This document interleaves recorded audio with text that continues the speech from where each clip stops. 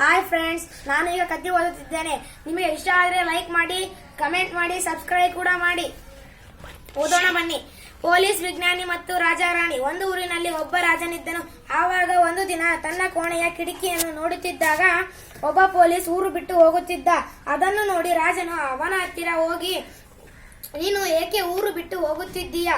Police ಹೇಳಿದ, ಏಕೆಂದರೆ ಕಳ್ಳರನ್ನು ನನ್ನ ಕೈಗೆ ಸಿಗುತ್ತಾ ಇಲ್ಲ. ಹಾಗಾಗಿ ನಾನು ಸರ್ಕಾರಿ ಅಧಿಕಾರಿಗಳು ನನ್ನನ್ನು ಊರಿನಿಂದ ಬಿಡಿಸಿದರು. ಹಾಗಾಗಿ ನಾನು ಊರು ಬಿಟ್ಟು ಹೋಗುತ್ತಿದ್ದೇನೆ. ರಾಜ ಹೇಳಿದ, ನೀನು ಊರು ಬಿಟ್ಟು ಹೋಗುವುದು ಬೇಡ ಎಂದು ಹೇಳಿದ. ಆವಾಗ ಪೊಲೀಸ್ ರಾಜನಿಗೆ ಹೇಳಿದ, ಊರು ಬಿಟ್ಟು ಹೋಗುವುದು ರಾಜ ಹೇಳಿದ, ಊರು ಬಿಟ್ಟು ಹೋಗುವುದು ಬೇಡ. ಒಬ್ಬ ವಿಜ್ಞಾನಿ ಹತ್ತಿರ ನಾನು ನಿನ್ನನ್ನು ಕರೆದುಕೊಂಡು ಹೋಗುತ್ತೇನೆ. ಅವನು ನಿನ್ನ ಕಳ್ಳರನ್ನು ಹಿಡಿಯಲು ಉಪಾಯ ಹುಡುಕಿಕೊಡುತ್ತಾನೆ. ಬಾ, ನಾನು ನಿನ್ನನ್ನು ಕರೆದುಕೊಂಡು ಹೋಗುತ್ತೇನೆ. ಪೊಲೀಸ್ ಸರಿ ಎಂದು ರಾಜನ ವಿಜ್ಞಾನಿ ಹತ್ತಿರ ಕರೆದುಕೊಂಡು ಹೋದನು. ವಿಜ್ಞಾನಿ ಒಂದು ಯಂತ್ರ ಕೊಟ್ಟು ಇದನ್ನು ಹೇಗೆ ಉಪಯೋಗಿಸುವುದು ಎಂದು ರಾಜ ಕೇಳಿದ. ವಿಜ್ಞಾನಿ ಹೇಳಿದ, ಇದರ ಕೆಂಪು ಬಟನ್ ಒತ್ತಿದರೆ ಅದು ಕಳ್ಳರನ್ನು ಅಂಟಿಸಿ ಬಿಡುತ್ತದೆ ಎಂದು ಹೇಳಿದ.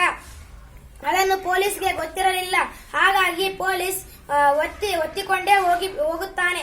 ಅವನಿಗೆ ಗೊತ್ತಿರಲಿಲ್ಲ. ಹಾಗಾಗಿ ಒಬ್ಬ ವಿದ್ಯುತ್ ಕಂಬದಿಂದ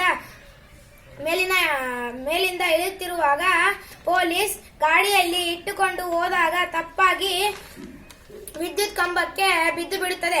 ಆಗ ಆ ವಿದ್ಯುತ್ ಕಂಬದಿಂದ ಇಳಿಯುತ್ತಿರುವಾಗ ಆ ಮನುಷ್ಯ ಅಲ್ಲಿಯೇ ಅಂಟಿಕೊಂಡು ಬಿಡುತ್ತಾನೆ. ಇದನ್ನು ಪೊಲೀಸ್ ಗಮನಕ್ಕೆ ತಗೊಳ್ಳುವುದಿಲ್ಲ. ಆಮೇಲೆ ರಾಣಿ ಇದನ್ನು ನೋಡಿ ಹೇಳಿದಳು. ರಾಜನಿಗೆ ಹೇಳಿದಳು. ರಾಜ ಹೇಳಿದನು ರಾಣಿಗೆ, ಇದನ್ನು ಎಲ್ಲಿ ನೋಡಿದೆ ಎಂದು ರಾಜ ಕೇಳಿದ. ಅವಾಗ ರಾಣಿ ಹೇಳಿದಳು, ವಿದ್ಯುತ್ ಕಂಬದ ಹತ್ತಿರ ನೋಡಿದೆ ಎಂದು ಹೇಳಿದಳು. ರಾಜ ಹೋಗುವಾಗ ಪೊಲೀಸ್ ವಿಮಾನ ಹೋಗುತ್ತಿದ್ದಾಗ ಜನರು ಕುಳಿತುಕೊಂಡಿದ್ದರು. ವಿಮಾನ ಬಾಗಿಲು ತೆಗೆದು ಬಿಡುತ್ತದೆ. ಪೊಲೀಸ್ ನೋಡಿ ಎಲ್ಲರ ಕೈಗೆ ಆ ಅಂಟನ್ನು ಹಚ್ಚಿ ಎಲ್ಲರೂ ಒಂದೊಂದಾಗಿ ಕೈಯನ್ನು ಹಿಡಿದುಕೊಳ್ಳಿ ಎಂದು ಹೇಳಿದ.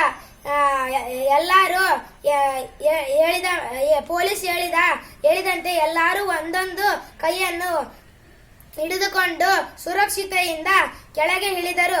ಪೊಲೀಸ್ ಅಧಿಕಾರಿಗೆ ಎಲ್ಲರೂ ಧನ್ಯವಾದ ಹೇಳಿದರು. ಹಾಗೂ ಪೊಲೀಸ್ ಅಧಿಕಾರಿ ಜನರು ಸರ್ಕಾರಿ ಅಧಿಕಾರಿಗೆ ಹೇಳಿದರು, ಇವರನ್ನು ಇದೇ ಊರಿನಲ್ಲಿ ಇರಲಿ ಎಂದು ಜನರ ಮತ್ತು ರಾಜಾರಾಣಿಯ ವಿಜ್ಞಾನಿ ಸರ್ಕಾರಿ ಅಧಿಕಾರಿ ಹೇಳಿದರು. ಧನ್ಯವಾದಗಳು.